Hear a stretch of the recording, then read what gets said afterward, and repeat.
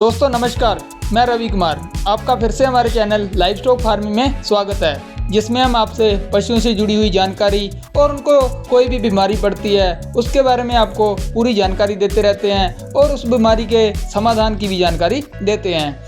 दोस्तों आज हम आपसे जानकारी शेयर करेंगे कैसे हम अपने जो पशुओं के दूध में शिद्दियाँ आती हैं, या आपने कई बार देखा होगा आप अपने पशुओं का, चाहे आपने गायें रखी हुई है या आपने भैंस रखी हुई है, आप उसका दूध निकालते हैं और दूध निकालते समय उसके दूध से शिद्दियाँ आने लगती हैं, जमा हुआ दूध निकलता है।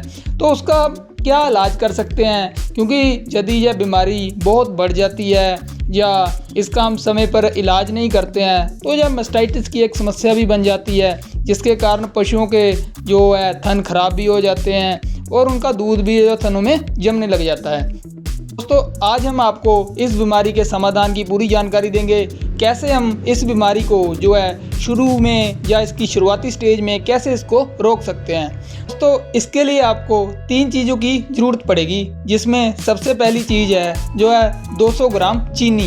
तो इसके अलावा आप 200 ग्राम सरसों का तेल और 200 ग्राम नींबू, जो आप नींबू है जो 3-4 नींबू आप निचोड़ सकते हैं, या वैसे ही 200 ml नींबू आप प्रयोग कर सकते हैं। तो यदि आपके पशु गाभिन हैं तो आप सरसों का तेल प्रयोग कर सकते हैं, और यदि पशु गाभिन नहीं है तो आप डालडा घी का प्रयोग कर सकते हैं। तो सबसे पहले आपने क्या करना है, यदि आपके पशु गाभिन है और उनके दूध में शिद्दियाँ आ रही हैं या उनका दूध सही से नहीं निकल रहा है, तो आपने क्या करना है, सबसे पहले सरसों के तेल को थोड़ा सा आपने गर्म कर लेना है। गर्म करने के बाद उसमें आपने चीनी को डाल देना है, उसे अच्छी तरह से भून लेना है। उसके बाद जब वो थोड़ा ठंडा हो जाता है तो उसमें आप 200 ml नींबू को निचोड़ सकते हैं। इसके अलावा यदि पशु आपका गाभिन नहीं है तो आप उसमें सरसों के तेल की जगह आप डालडा घी का भी प्रयोग कर सकते हैं, इनका भी अच्छा परिणाम मिलता है। जैसे ज़्यादा गर्मियों के दिन है तो आप सरसों के तेल का प्रयोग करें, और जैसे कई बार सर्दियों में आपको यह समस्या आती है तो आप डालडा घी का प्रयोग कर सकते हैं। इसका आपने 3 से 5 दिन तक प्रयोग करना है,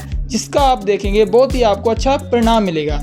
तो आप 3 से 5 दिन तक इसको शुरुआती स्टेज में रोक सकते हैं और इस बीमारी को बढ़ने से भी रोका जा सकता है।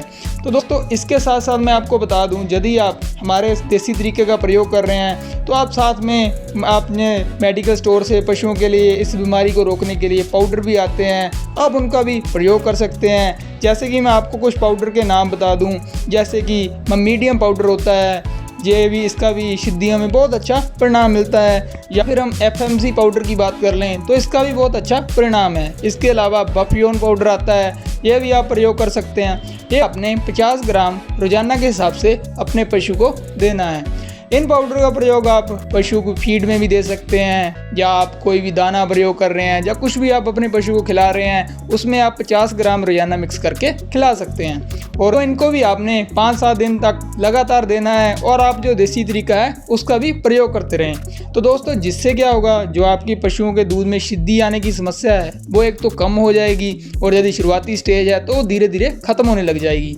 क्योंकि कई बार देखा गया है यदि हम इस बीमारी को शुरुआती स्टेज में नहीं रोकते हैं, जब शुरू में हम इसको नहीं रोक पाते हैं तो यह समस्या बढ़ने लग जाती है, और कई बार तो इतनी बढ़ जाती है कि आपके पशु इस बीमारी के कारण उनका थन भी बंद हो जाता है और वह पूरे ब्याद दूध ही नहीं दे पाते। तो इस तरह आप इनका प्रयोग करके अपने पशुओं को जो शिद्दी आने की समस्या है, या थोड़ा दूध जमा हुआ आता है, आप इस समस्या का बचाव कर सकते हैं। ये आप शुरू में ही प्रयोग करें तो आपको इसका अच्छा परिणाम मिलेगा। तो यदि यह बीमारी बढ़ जाती है या बहुत ही ज़्यादा समस्या आने लग जाती है तो इसके साथ साथ आप नज़दीकी डॉक्टर से अपने पशु की जांच भी करवाएं, और बीमारी के हिसाब से आप उसे टीके भी लगवा सकते हैं। इसके लिए डॉक्टर उसकी जांच करेगा और पूरी देखभाल से उसको टीके लग जाएंगे। तो दोस्तों ये थी हमारी आज की वीडियो, कैसे हम पशुओं के जो थन से शिद्दियाँ आती हैं उसको कैसे रोक सकते हैं, कौन सा देसी तरीका हम प्रयोग कर सकते हैं, और कौन से पाउडर है जो हम प्रयोग कर सकते हैं। तो मैं उम्मीद करता हूँ कि आपको हमारी यह वीडियो अच्छी लगी होगी।